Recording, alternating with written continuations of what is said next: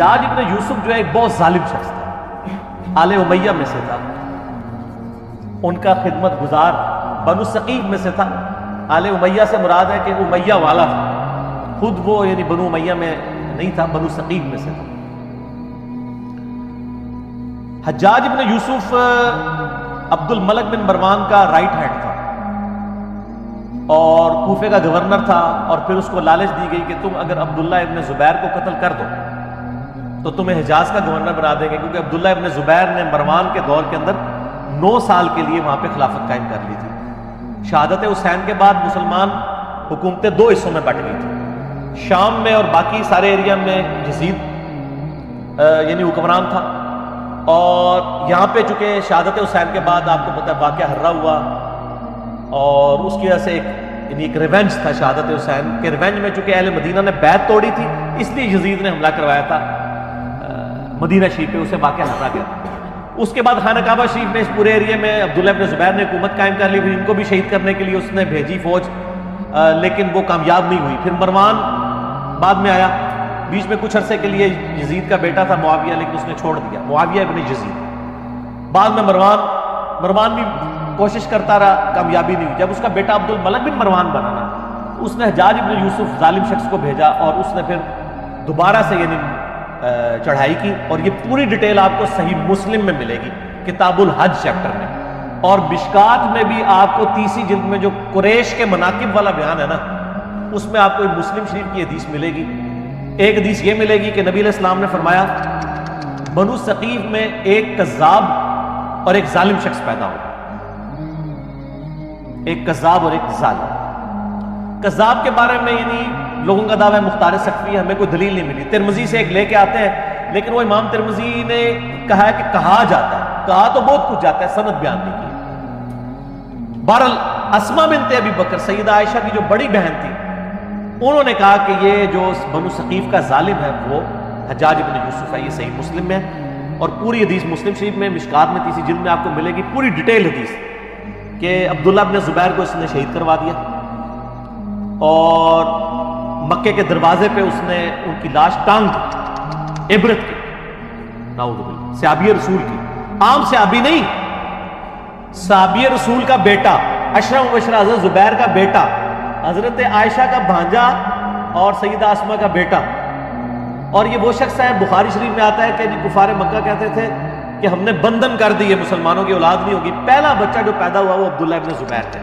نبی علیہ السلام نے اپنے مبارک ہاتھوں سے ان کو گھٹی دی تھی کھجور کی، یہ گھٹی دینا بھی سنت ہے، صحیح بخاری میں آتا ہے، یہ عام بندہ نہیں۔ ان کی لاش ٹانگ دی، عبداللہ ابن عمر وہاں سے گزرے اور کہا کہ اے ابو خبیب تم پر سلام ہو، یہ ان کی کنیت تھی، اور ان پر سلامتی بھیجی اور کہا کہ یہ جو آل امیہ کے لوگ ہیں تمہارے بارے میں جھوٹ بولتے ہیں، تم ایسے نہیں تھے، تم بہت عبادت گزار تھے، تم بہت نیکوکار تھے، اور میں تمہیں منع کرتا تھا۔ یعنی وہ عبداللہ ابن زبیر کو منع کرتے تھے کہ آپ حکومتی معاملات میں نہ پڑیں، اس ذرا ان کی پیسو نیچر تھی، ان کی ایکٹیو نیچر تھی۔ تو بہرحال یہ وہ پڑھ کے چلے گئے وہاں سے۔ تو بعد میں حجاج بن یوسف کو کسی نے بتایا کہ عبداللہ بن عمر نے تو بڑے تعریفی کلمات، یہ دادا بات ہے، حجاج بن یوسف نے بعد میں عبداللہ بن عمر کو بھی قتل کروا دیا۔ آل امیہ نے کسی کو نہیں چھوڑا، جو ان کے حق میں بھی تھے ان کو بھی شہید کروایا، یہ بھی صحیح بخاری میں آتا ہے حج والے چیپٹر کہ حجاج بن یوسف تیمارداری کے لیے آیا عبداللہ بن عمر کی، کہا کہ مجھے پتہ چل دینا آپ کو کس نے مروایا ہے، یعنی وہ زہر آلود نیزہ مار دیا گیا تھا حج کے دوران، کیونکہ امیر حج یہ ہوتے تھے، تو گورنر وہ تھا، وہ کہتا تھا منو امیر حج کیوں نہیں بنا دے، ٹھیک ہے، تو عبداللہ بن عمر کیوں امیر حج ہوتے ہیں؟ تو عبداللہ بن عمر نے فرمایا میرا قاتل وہ ہے جس نے احرام کی حالت میں آلات جنگ لانے کی اجازت دی ہے، یعنی تو اب ڈائریکٹ تو نہیں کہہ سکتے تھے، ظالم آدمی تھا، تقیۃً نہیں انہوں نے ایک بات کی، میسج کنوے کر دیا۔ تو وہ مسلم شریف کی اس حدیث میں آتا ہے کہ جب وہ عبداللہ بن عمر چلے گئے تو حجاج بن یوسف کو کسی نے بتایا، تو اس نے پھر کہا کہ ٹھیک ہے عبداللہ بن زبیر کی لاش اتار کے یہودیوں کے قبرستان میں پھینک دو۔ یہ وہ لوگ ہیں سر، یہاں لوگ آل امیہ کانفرنسز کروا رہے ہیں کہ صحابہ کی لاشوں کو ان لوگوں نے، یہ مسلم شریف ہے سر، یہ موضوعات شریف نہیں ہے، یا یہ تاریخ شریف نہیں ہے آل امیہ اور آل عباس کی لکھوائی کی، یہودیوں کے قبرستان میں لاش پھینک دی، اور پھر یہ کہا کہ اس کی ماں کو بالوں سے گھسیٹ کے میرے پاس لے کے آؤ، یہ مسلم شریف کے الفاظ ہیں۔ اور ماں کون؟ حضرت عائشہ کی بڑی بہن اسما بنت ابی بکر. تو اسما بنت ابی بکر کو جب یہ پیغام پہنچا نا تو انہوں نے کہا کہ ٹھیک ہے میں تو وہ کہا جی آپ کو بلا رہے ہیں اور اگر آپ نہ آئے تو بالوں سے گھسیٹ کے. بولے اعوذ باللہ. تو اسما نے کہا ٹھیک ہے پھر مجھے بالوں سے گھسیٹ کے لے کے جاؤ, میں نے تو نہیں جانا. اب وہ جو آئے تھے ان کو بھی شرم آئی کہ یار حضرت ابو بکر کی بیٹی ہے, یہ عائشہ کی بڑی بہن ہے اور عبداللہ ابن زبیر صحابی کی ماں اور بالکل شروع میں اسلام قبول کرنے والا ہوں. تو پھر حجاج ابن یوسف غصے سے خود آیا. یہ پوری ڈیٹیل مسلم شریف میں مشکات میں بھی آپ کو مل جائے گی. آیا غصے سے اور آ کے اسما بنت ابی بکر کو کہتا ہے کہ دیکھ میں نے تیرے بیٹے کے ساتھ کیا اشر کیا. ایک ماں اس کے بچے کی لاش کو لٹکایا اتنے دنوں کے لیے اور پھر آ کے یہ بات بھی کر رہا ہے. تو اسما بنت ابی بکر نے صحیح پھکی والا جواب دیا. اس نے کہا دیکھ میں نے اس کو کیسا برباد کیا. اس نے کہا حجاج تو نے میرے بیٹے کی دنیا برباد کی ہے, اس نے تیری آخرت برباد کر دی. تو نے میرے بیٹے کی دنیا برباد کی, اس نے تیری آخرت برباد کر دی. تو کامیاب کون ہوا؟ عبداللہ ابن زبیر. اور آگے مسلم شریف کے الفاظ ہے کہ اسما بنت ابی بکر کہتی ہے کہ ہم نے رسول اللہ سے سنا تھا کہ بنو ثقیف میں ایک کذاب اور ایک ظالم پیدا ہوگا. کذاب تو ہم دیکھ چکے, ظالم تو ہے. حجاج ابن یوسف سے ٹھیک ہے.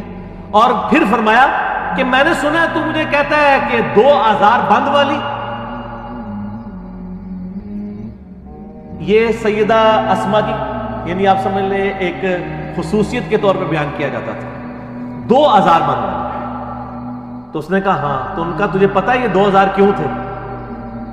ایک یہ جو آزار میں باندھا کرتی تھی نا ابو بکر اور رسول اللہ صلی اللہ علیہ وسلم کا کھانا لے کے میں غار ثور میں جایا کرتی تھی, اور دوسرا آزار میری تہمت ہوتی تھی جس سے کوئی عورت بھی آزاد نہیں ہو سکتی, اور اس وجہ سے میرا نام پڑ گیا تھا 2 آزار بند والا, رسول اللہ صلی اللہ علیہ وسلم کا کھانا لے کے.